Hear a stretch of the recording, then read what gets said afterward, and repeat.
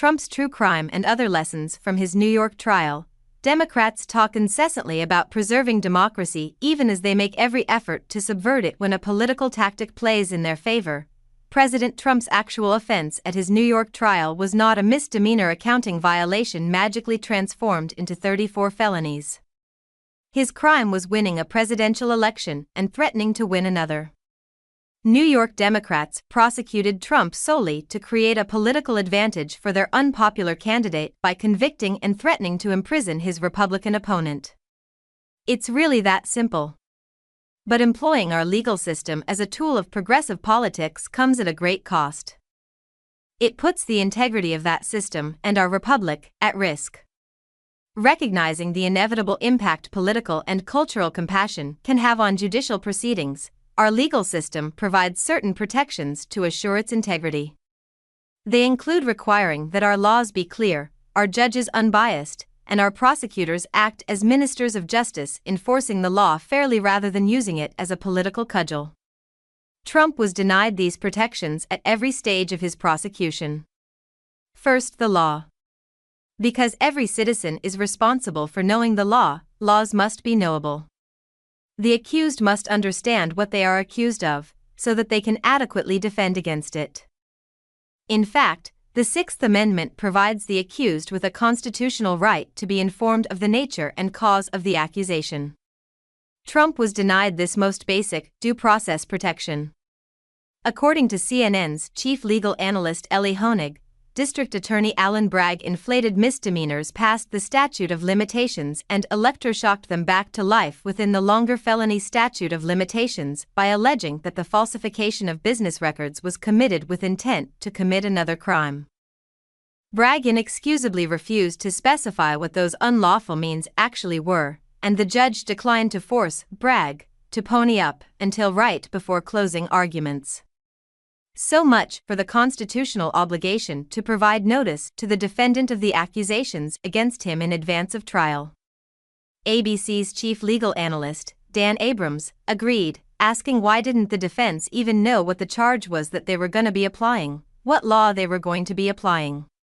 There were a lot of questions for the defense going into this, I think, as they were making their closing arguments not even knowing what the law they were going to be battling over was, as accurately summed up by CNN's Honig. The charges against Trump were obscure and nearly entirely unprecedented.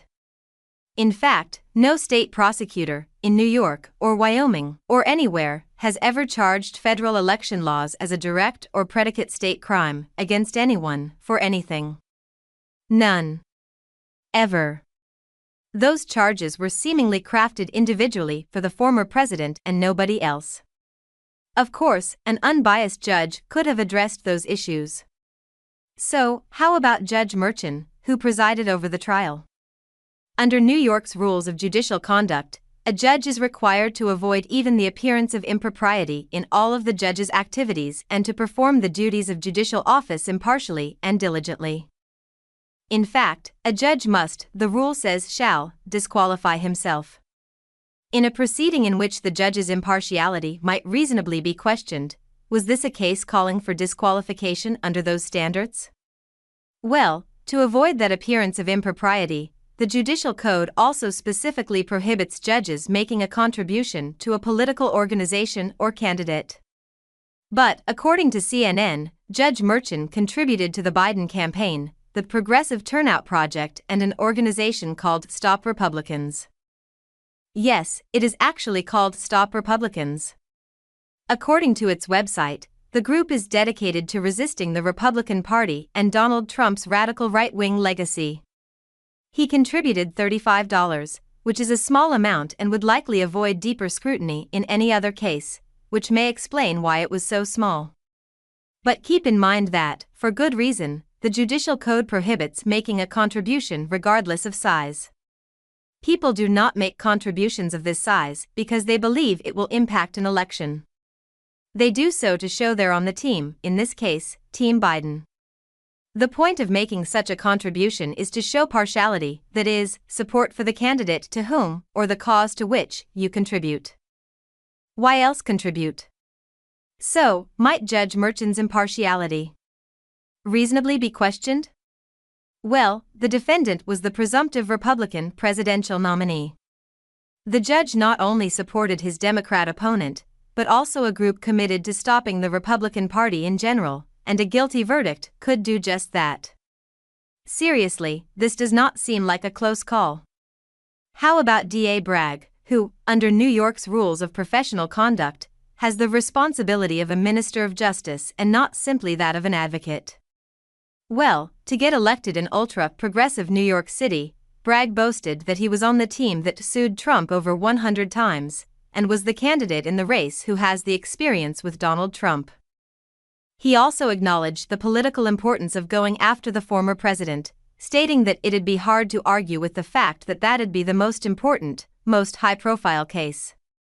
Obviously, he won the election and then initiated that most high-profile case. Known for releasing people accused of actual crimes, he went after President Trump with unparalleled gusto. The importance of these protections against injustice was particularly acute in Trump's case, since the trial took place in Manhattan, a borough of New York City whose residents voted 87% for Biden in 2020, the highest percentage of any major metropolitan area in the nation. Denying him this due process protection was equivalent to a directed verdict of guilty. You would have to be exceedingly naive to believe this case was decided on an unbiased application of the law to the facts rather than patent political bias. It was always a political exercise designed to provide Democrats with an issue sufficient to overcome President Biden's unpopular policies and declining mental acuity. George Soros's son Alex recently made that crystal clear, stating Democrats should refer to Trump as a convicted felon at every opportunity. Undoubtedly, they will. Democrats talk incessantly about preserving democracy as they make every effort to subvert it when a political tactic plays in their favor. President Trump's lawfare trial is a prime example. If this tactic succeeds, lawfare will become standard operating procedure for both parties, and a disaster for our nation. Surely, even the most ardent Trump haters are aware that you cannot preserve democracy by abandoning it.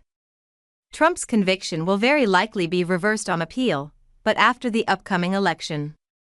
Nonetheless, we can yet put an end to this anti-democratic power grab. Our republic has one final line of defense: political accountability. That judgment will come this November.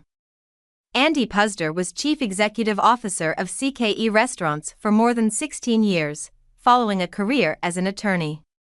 He is currently a distinguished visiting fellow at the Heritage Foundation, and a senior fellow at both the Pepperdine University School of Public Policy and the America First Policy Institute. His next book, A Tyranny for the Good of Its Victims: The Ugly Truth About Stakeholder Capitalism, will come out early next year.